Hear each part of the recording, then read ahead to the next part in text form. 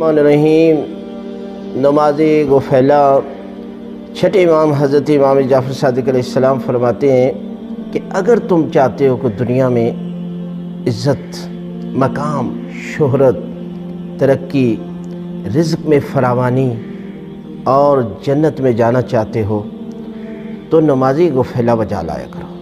ये नमाज तुम्हें इज़्ज़त और बुलंदियाँ अता करेगी, तुम्हें रिज़्क़ अता करेगी और तुझे जन्नत में लेकर जाएगी। और इस नमाज को कब पढ़ना चाहिए? मगरिब और इशा के दरमियान में इस नमाज के पढ़ने का वक्त है।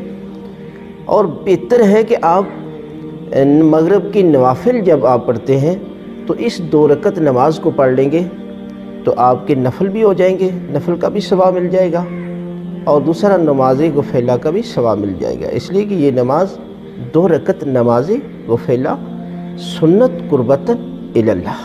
और इसमें तरीक़ाकार ये है कि सूरह अल-हम्द के बाद सूरह अंबिया की आयत नंबर 87 और 88 ये 2 आयात हैं।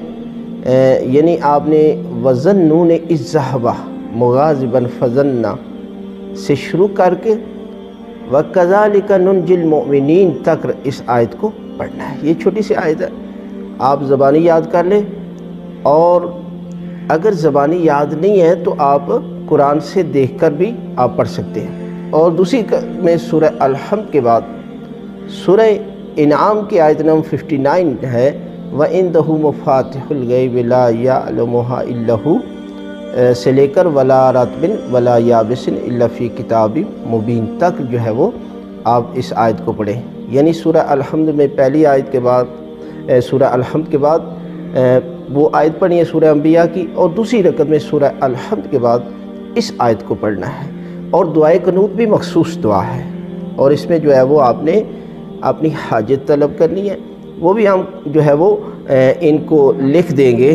और इस बाकी ज़िक्र और अज़कार जो है वो बाकी नमाज की तरह पढ़ना है। और ये नमाज गुफैला की बड़ी फजीलत है, आप ये अमल करके देखें, परवरदिगार जो है वो आपको दुनिया व आखिरत में कामयाबियाँ जो है वो अता करें।